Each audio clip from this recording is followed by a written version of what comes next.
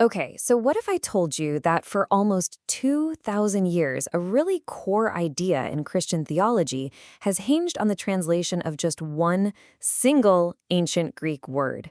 And what if we've had it, well, maybe not wrong, but incomplete this whole time? Today, we are jumping into a kind of linguistic detective story, and we're going to dig into the PhD research of a scholar named Daniel P. Bailey to uncover a mystery that's been hiding in plain sight.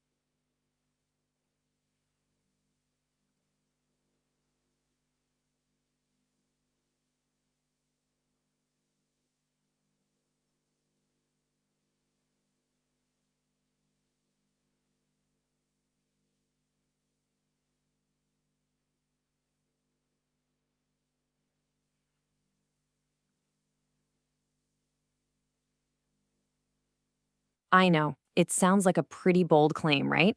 How can one single word in one verse of the Bible really change everything? Well, as we're about to see, when that word sits right at the heart of how we understand God's justice and forgiveness, its meaning is kind of like the key that can unlock a completely different picture of the whole story. So, our whole investigation today comes from this: a PhD dissertation out of the University of Cambridge. Dr. Bailey's work essentially reopens a cold case. It challenges centuries of tradition by doing what all good detectives do: going back to the original evidence to take a fresh look at a really pivotal verse in the New Testament book of Romans. And the entire mystery, it all comes down to this one verse, Romans 3:25. It says, "Whom God put forward as a," and then we hit this blank space. The original Greek word here is Hilasterion, and for centuries, as you can see, Bible translators have really struggled with it, landing on words like propitiation or sacrifice of atonement. But Bailey's research points to a totally different, much more concrete option: mercy seat. So, which one is it? All right, let's start with the usual suspects.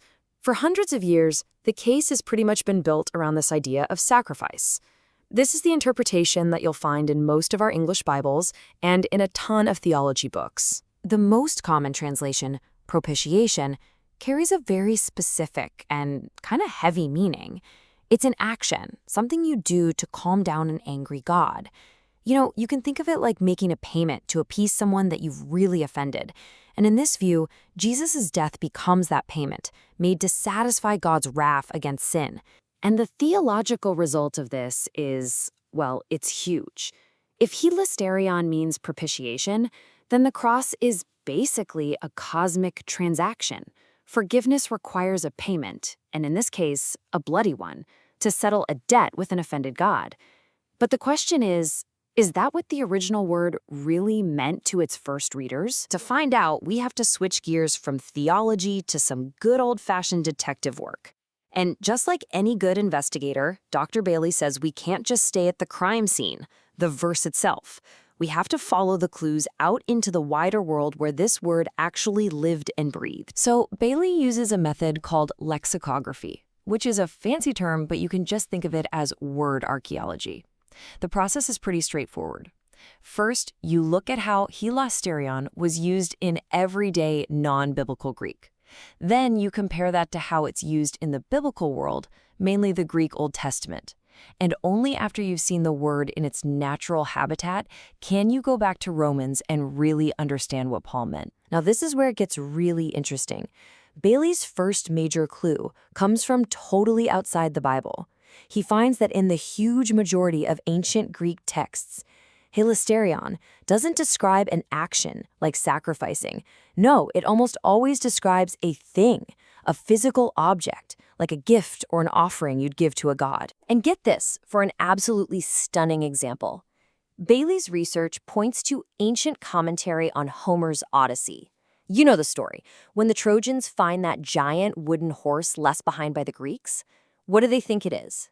They actually call it a Hilasterion, a massive physical gift intended for the gods. It wasn't a sacrifice, it was a thing, a gift. And that clue, the fact that Hilasterion is an object, is the big breakthrough, because it sends us looking not for some abstract theological concept, but for a famous biblical object, and it leads us right into the heart of the ancient Israelite temple. Bailey's dissertation points us directly to the answer, and it's hiding in plain sight in the Old Testament. He argues the object Paul is referring to is the mercy seat, that solid gold lid on top of the Ark of the Covenant. And this wasn't just any old piece of furniture. It was considered the most sacred spot on earth, the very place where God's presence dwelt and where atonement happened. And right here, this is the smoking gun of our entire investigation. When Jewish scholars translated their Hebrew scriptures into Greek hundreds of years before Paul ever wrote his letter, what word did they choose for this incredibly sacred object, the mercy seat? You guessed it, they used the word Hilasterion. This isn't some obscure one-off use.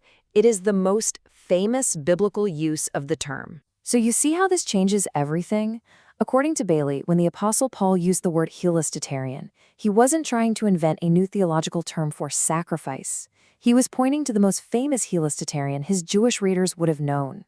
He's saying Jesus himself is the new location of God's forgiving presence. He is the new mercy seat. Okay, so what's the big deal?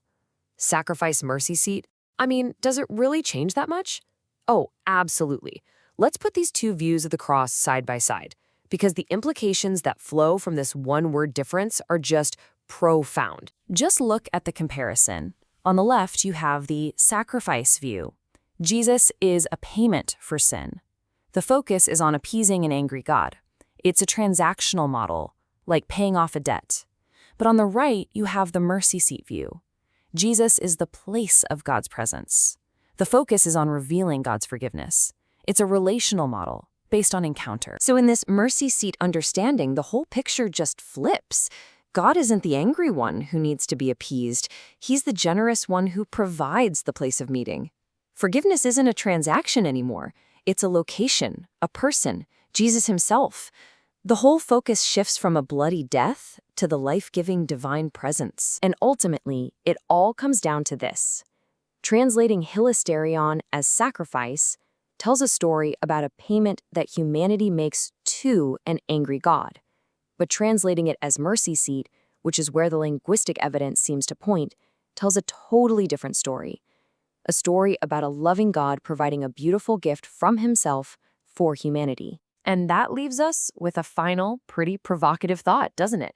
This deep dive into just a single word shows how much meaning can be layered, and sometimes even lost, in the simple act of translation. It really makes you wonder, if an idea this central could be seen in such a new and powerful light, what other mysteries might be waiting for us, hiding in plain sight in the texts we think we know so well?